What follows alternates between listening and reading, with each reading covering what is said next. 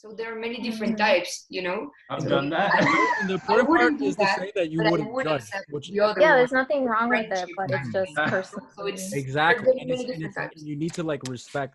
You should try to respect the other person. Others. Yeah, Exactly. Absolutely, Because like for some reason there's this common assumption, and like I really hate this stereotype against women in particular. Like people like to assume that, especially if women in particular like to enjoy hookup culture, then they're of what they're seeking validation, or they're of a lesser standing.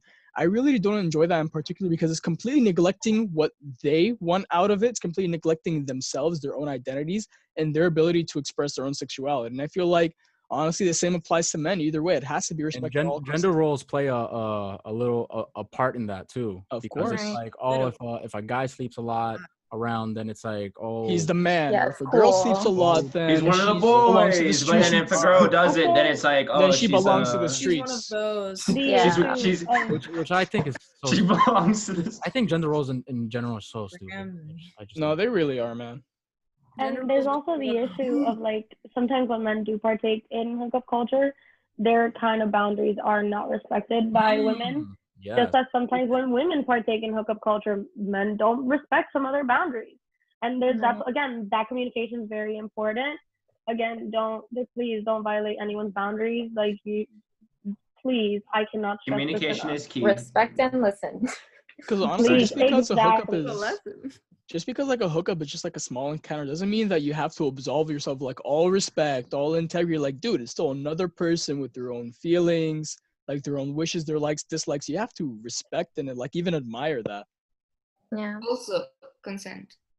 Yeah. Of course. Consent Absolutely. is key, Last time. kids. Remember. Because some people like assume Remember, when like check in two with your people are hooking partner. up that you can just objectify, but it's not right. There's something else that I kind of wanted to touch up upon.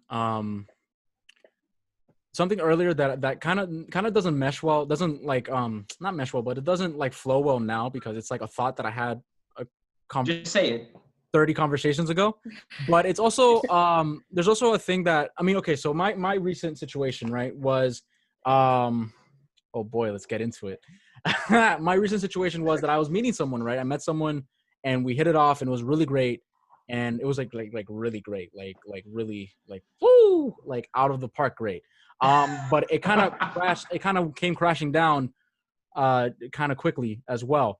And I think it's important to realize, and this goes back into the respect of like stuff and respecting people's boundaries and stuff like that.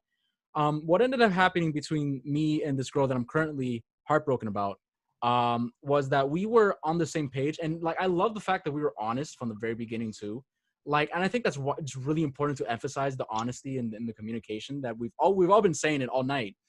But from the get-go, and I mean like from the first like date, we were like, okay, this is what we're looking for. And we were kind of looking for something more than just hookup, because we were both like, okay, I don't want to waste my time with someone. I think you're really cool. I can see this going more than just one night. Right? So it was more than one night. We kept talking. It was really great. But then it kind of hit this part, and then for her own reasons, you know, things that she was dealing with, her own life. No, I don't have to get into the things that she's dealing with, but for her own reasons, she broke it off, not because she lost feelings for me, not because I didn't make her happy, but because she just wasn't in a place for her to accept something Responsibility, serious, right? Regardless of the fact that we were already exclusive, but regardless of all that, she just didn't feel it, that she was in a place for that. And I think it's very important that these things happen where everything seems really well, and then it kind of just falls apart, and it's like, I don't know why it fell apart. I still have feelings for you. I still like you, but I just can't commit to more. And I think that happens more often than one would think. And initially when she wanted to break it off, I did ask for, instead of because I didn't want to lose her. I still miss her, right? I'm heartbroken, so I didn't want to lose her. I asked her to take a break instead, and then that's the compromising part, right? That we're linking in now. That I'm linking in now. Compromising. Yeah. And then, you know, we took a break, and then at the end of the break, she still wasn't feeling it, and now we're just broken up. And I think it's important. Like, it hurts, but it's really important to listen to what the other person is telling you. If they're telling you that they're just not in a place for it, then they're just not in a place for it. And that's just that's just how the ball rolls, bro. Man. Like, You don't can't get me wrong, change the I've been person. crying. I've been But crying. hey, look, But just because you guys broke up doesn't mean you guys still can't be friends. But the point of that is that even though it hurts, right, to be on the other end of that shoe, we have to pick ourselves up from that. And we should try to pick ourselves up from that and realize that, you know, that's okay, that things don't work out sometimes, and that's okay, you know. So that's my And little also being example. kind of aware Of of when yourself. you're not sorry. And also kind of being aware when you're not in the correct headspace to be in a relationship. Relationships can be emotionally taxing, and even though it might hurt a lot to let go of that person, because you might care about them dearly, it's kind of just understanding like I'm not in a position to kind of just move on from that. So it's completely like, yeah, very important to be able to be aware of that too, even though it might be very hard to kind of just let go of that. Sorry. Yeah. Yeah. So then so with the pandemic that's going on right now, I think it's a good to kind of bring up the long distance factor of it. I mean, y'all already been hearing me for the past hour saying that I've personally never had anything. So I've never had an experience of long distance. I did meet someone over Instagram that lived in Bulgaria. If you're somehow watching this, what's up? Hi. No, she's a great friend. She's super cool. That's but same thing, bro. But let's talk about long distance for a little bit here. Some people here have experienced long distance, some people haven't. Does anyone want to comment on that? I've been doing it for 4 years. Don't recommend. Don't recommend. She's a professional. Okay, yeah. Here. Well, the pandemic hasn't really changed much because we've been long distance for a long time. It just kind of changes the fact that we would visit each other monthly, and now it's like we can't. So yeah, but yeah, but with long distance, the hardest part, I guess, is just like, well, personally, like, I'm gonna get into like love languages for a minute. So, like, for example, my love language, I guess, is like physical, like, you know, just physical. Explain love language, because people might not know. Okay, I got you. So everybody, there's this like theory that everybody has like different love languages. I believe there's like 5, maybe 4, I'm not sure. But there's like physical, there's like gift giving, there's what is it, like words of affirmation, things like that. I don't know the rest, but you can check that out on Google. It's basically just like how a person chooses and like feels comfortable expressing love. Exactly, how like they feel love. Receiving. Yeah. So so if your love language is like physical touch, like me and my boyfriend, it's really hard to make a long distance relationship very successful because you are not physically together. And you can hear it in your voice when you're talking about it. Yeah, you can hear my disappointment. A single tear. I mean, obviously we've been together 4 years long distance because, you know, we have those years before this that we were together, and it's really just a decision that you have to make. Like, one, is it worth it, I guess, and you just have to kind of like keep trying, choosing the same person, working it out, and definitely communicating. That's the most important thing in a long-term distance relationship, because that's really all you have, you know. Mm-hmm. But yeah, that's it. That's my rant. Thanks. For me, I've had two long-term relationship experiences. The first one was like years ago, man. It feels like a lifetime ago. But basically, I was dating this girl for about like 2 years, and she moved to Georgia for a while. I was in South Florida. We were both like super young, so we couldn't like drive up or fly to see one another or anything like that. And the relationship kind of fizzled out because there's only so much you can do over, you know, text or FaceTime, you know. And like for me, I'm also a very physical person. I want to go do things with my people. You feel me? I don't want to just sit at home and FaceTime and watch movies, that sort of thing. Because that's what, like, you know, a relationship can devolve to. I say devolve, but that's based off my own perspective. And then like the other experience, just like what Chino said with the Bulgarian chick or whatever, like I made a friend recently. I started talking, I was like on Tinder or whatever, you know, going through, just swiping, and I matched with somebody and I hit it off with them. It was like super, super cool. We're very similar. Also an artist. So I was like very intrigued. But then she happens to live in South Africa, Johannesburg. And I'm like, oh, Never met anyone. like interesting. I've never met anyone from there, but I thought you were in Miami. Why the hell did we?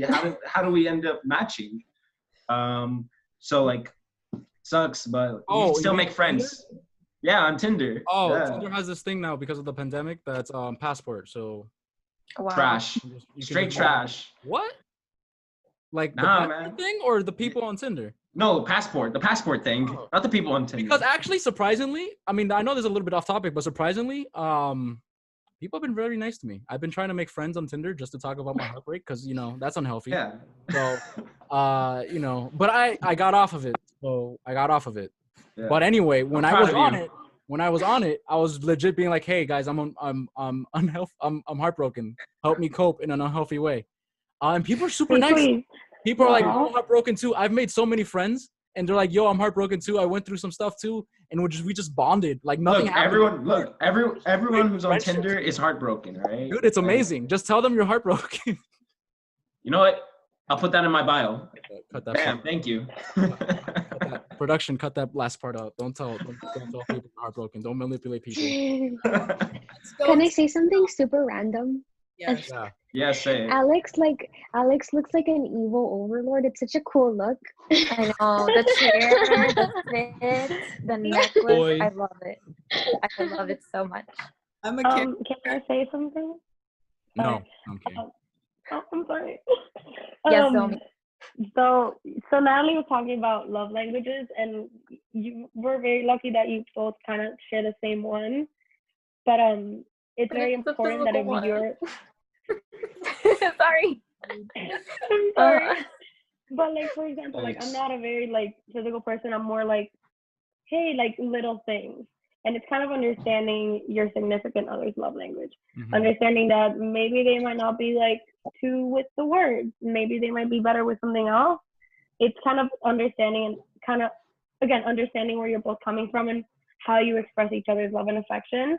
And understanding that can lead to like very healthy relationships because you kind of understand each other and you don't feel as if you're kind of being left behind or you're giving more than the other person. So it's very important to kind of just understand each other's love languages. Yeah, that's pretty. Off of what Zomi said, like I went from like with my partner, like when we first met, we were still in high school, so we would only see each other on the weekends. So that was already like, you know, we'd only see each other once a week. That's something. But then we changed to like seeing each other every single day in college, and like that was the best feeling ever because you got to be like living the life. And then the pandemic crashed, and now it's like we can't see each other at all, and we're very like, I feel like we both have love languages because like they can also have more than one. Yeah, it's like there's so much that goes into it that like without having that other person, obviously it's just like, it's like, I don't know how to explain it. Like I saw him the other day for the first time in like a month, and I was like, I was just like, what is that? Yes, that's me. That is me. Once a month, I'm like, you're real. Oh my god. Exactly. Just like this is a real person. Wow. With long distance relationships, right? It's a thing where you're essentially dating a phone for like a while. Yeah, right? but it's what like, it is. Nothing beats the feeling than when you finally see that person. It kind of like even makes your relationship stronger. It's like we did this. It's a lot of work. Definitely. Yeah, definitely. Also, I think that it's important to be on the same page and have the same like love language. Because I had an experience, so I had a boyfriend for a very, very long time. We graduated high school together, and then I graduated high school in Colombia, so we both did. And then we moved for college, and I went to Miami, and he went to Chicago. So we passed from spending 24 hours a day, basically, together, to being 4.5 hours flight apart. So it was really difficult at the beginning, also because we didn't know if we were gonna be able to make it or not, because we were not sure what kind of love language we had, because we just were together every single day, so it's different, right? And then we made it work at the beginning, but then I started realizing that I can handle a long distance relationship because I'm okay with it if the other person feels the same way. So if the other person is not telling me all the time, like, hey, I hate that I can't see you, I need to see you now, I can't believe that this is happening, like, if you are gonna keep telling me this, it's only gonna make it worse, right? Yeah. So he was the kind of person that wanted to have me by his side all the time, and he couldn't handle the fact of not having anyone by his side all the time. And yeah, at the end, It kind of that's kind of a self-fulfilling prophecy right there, a little bit. Yeah. Which has happened to me too, by the way. Like I've been I don't know, what do you call yourself, a victim of self-fulfilling prophecy? I would say fool, but I don't know. No, I wouldn't say fool, but That's mean. I don't know. Personally attacked. look, I'm a nihilistic cynical I don't know what you would call that, but that sounds like a person, because what happened essentially was that he's like, oh, I don't want to lose her. Be next to me, be next to me, be next to me, and then the Then be you next lose to me, her. be next to me, be next to me pushed you away, and that happens, and it's important to recognize when that happens, and catch it within yourself. Yeah. So I feel like with long distance relationships, there's always that fear of cheating, huh? Yeah. Yeah. Wow. You Yeah. said that like you have stories. Yeah. yeah. Well, are Does we anyone gonna have get stories? straight into this? Does anyone else want to start? I can. Damn, Natalie's like, I don't want to get into it right away. Mine's Yeah, like, can anyone else start, please? So for me personally, cheating is the end of the road. Now, I've never been cheated on, but I have been lied to. I've been lied to real bad. Just to put that in perspective, my best friend is now dating someone I used to be involved with. So I've been lied to. But yeah, Yusuf, that face is correct. Feelings don't hurt. But for me, cheating is if I say that I'm exclusive with someone and homegirl cheats on me or is with someone else, even if I'm not in a relationship with her, not in a boyfriend girlfriend situation, if we're dating or whatever, if we're saying I'm exclusive to you, you're exclusive to me, and we both agree on that and we're both okay with that, and homegirl goes and does something, no matter how much that hurts and how heavy that feels, I have to end that right away, because that is a breach of trust. I gave my trust to this person. I agreed that I wouldn't see someone, and she agreed that she wouldn't see someone either, and she went and broke my trust. So if I was the one who made a mistake and slept with someone or messed around with someone, it's done. Like I wouldn't ask forgiveness. I'd tell the person straight up. Not that I think I would ever do that. I don't think I'm that type of person. But I'm saying, like, from both ways of the street. Like, for me, cheating is the end of the road. Like, that trust can never be rebuilt, in my opinion. One thing is saying it, and another different one, it's actually doing it. So Yeah. It's different. So in my experience, so I'm the kind of person who's always said like, oh, okay, let's get into it. okay. So before it happened to me, I was like, of course not. The day someone cheats on me, that's it. I'm done. I'll cut it off. Like, I wouldn't go back to it. Like, that's it. So I'll tell you the whole story, and then like we'll start from there. So we started dating. It was like the same boyfriend that I talked to you about, the long distance relationship one. Mhm. Yeah. So at the beginning, everything was fine. Then 1 week I went on vacation, and then there was a party to which I didn't go. And then someone started saying like, hey, he kissed someone. And I was like, okay, I don't think so, but okay. Then he called me and he was like, I didn't, people are saying that I did, but like, I didn't. And there was that thing, like, that I deep down knew that it happened, but I was insecurity. okay. A gut feeling, right? Yeah, no, I'm not even close. I was like, yeah, no, okay, let's it's fine. No, you say it didn't happen. It didn't happen. It's okay. Like, at least you are telling, at least you told me that people are saying that, you know? So, okay, thanks for letting me know, like, that's gonna be something when I go back. I'm like, okay, but you didn't do it. It's fine. Then it happened a couple times, like the same kind of story. Then I realized, like, almost a year after that, that he was dating my best friend too. So yeah, I realized. I don't think he cheated on you. I don't think he cheated on you. I don't see why how you. No, right? No, I don't think so at all. He was like, I can't believe that you're asking me this. Of course, it never happened. Blah blah blah. And After I you knew. guys were broken up, or were you guys were still together? No. We were together. We were together. And I realized, and I asked, and he was like, no, of course. How could you? Blah blah blah. How could you believe that I would do something like that? And I was like, okay. And at that moment, like, I had been with him for like almost 2 years, and he had been dating my best friend too for more than 6 months.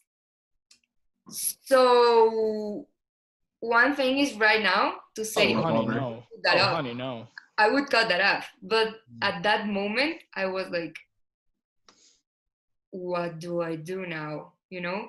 And I have to admit that I asked him. And he told me that that was not happening, that did never happened. And I wasn't strong enough to cut it off. I wouldn't say strong. I was like, okay, if you say it didn't happen, then it didn't happen. And I wouldn't say you weren't strong enough. I would say more like, I mean, you're in you this cared situation. About this person. You're in Yeah, this, when you care. Love is a fickle thing, you know. You're in this situation where so you've invested 2 years with this person, and you have this kind of view of this person, and maybe all the signs are telling you that they're not who you thought they were, but still you want to hold on to this feeling that no, they are the person that I thought. This is all like in my head. And I wouldn't necessarily say that's a weakness. I would say more so like that's just something that sometimes we have and we feel. So I wouldn't say that's a weakness. I mean, that happens to us. And would it be weak to hope and be optimistic and hope that he's telling the truth? Yeah, so that's what I decided to do. So I decided to trust him. And then, of course, it kept happening. And then even after that, I was like, yeah, sure, let's try the long distance relationship.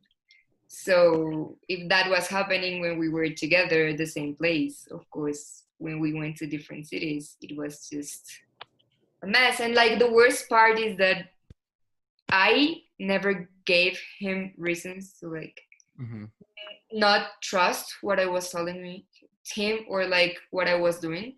And he was always like telling me, oh, you are doing this, you are doing that, I can't trust you anymore. And I was like, that's actually a defense mechanism that some people have. Yeah. Exactly. And I was like, you are telling me that you can't trust me because you know what you are doing and you couldn't trust yourself.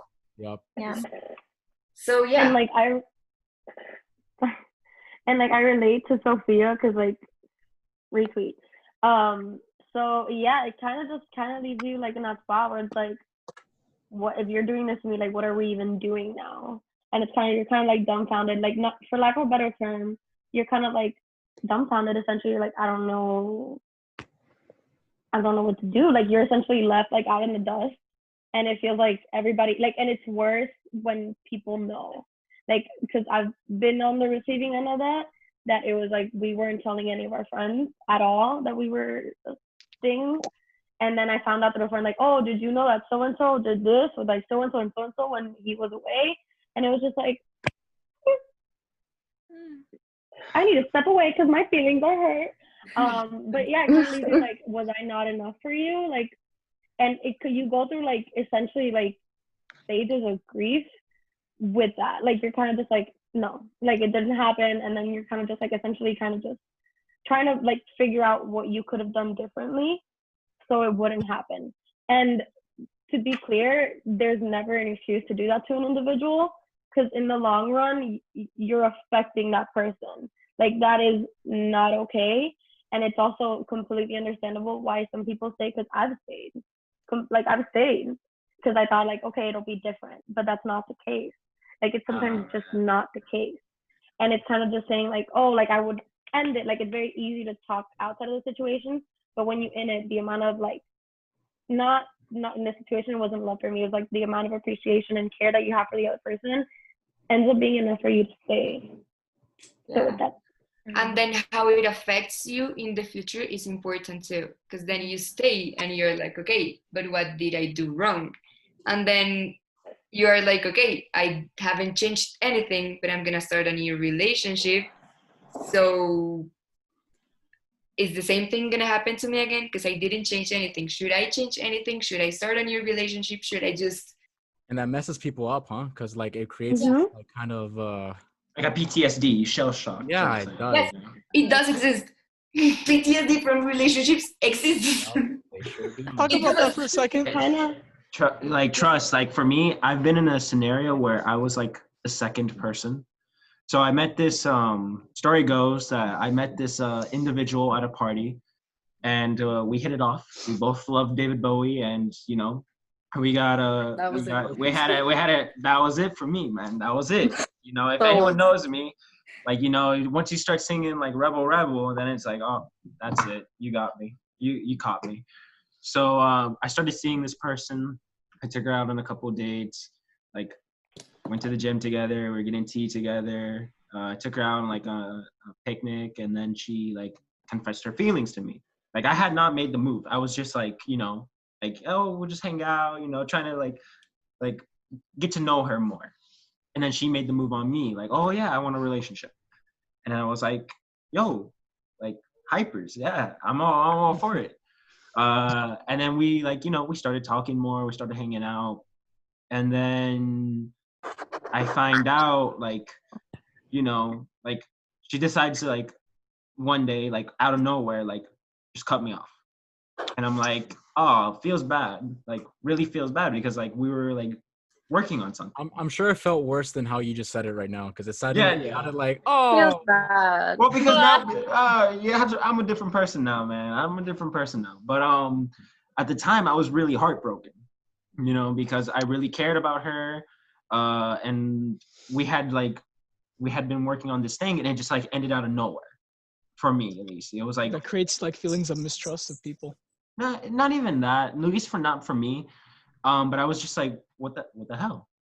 And then I found out from one of her friends that she was also still seeing her ex at the time, and that she was still like dating him. And I was like, oh, I was the second person, and I realized that, and I was like, oh, this is kind of messed up. And then she would end up like we ended up not being friends anymore because it just became very negative and toxic. So be And it's careful, re- friends. and Be it's Can I really bring up important a can I And bring it up a point? trickles down into your future relationships That's true. too. Like it Um, kind of causes. Sorry. Oh, no worries. So I kind of did actually like want to go off of what like Zomi and Sophia was saying about in particular. Like I like how you compared it to PTSD. So I have a story of my own. So my previous relationship was particularly horrible. As Oh. of only recently, when I've reflected over it, yeah. Cheers, my Um, boy. So apparently I was gaslighted. I don't know what that means. Wait, define that. Yeah, Okay, I just heard about that today. I don't know what it means though. So essentially what gaslighting means is that gaslighting is a form of psychological manipulation in which the other person tries to like manipulate how you see things by like stating things in a certain way. So for instance, she would make me feel bad about acting a certain way when in reality that was like perfectly normal behavior.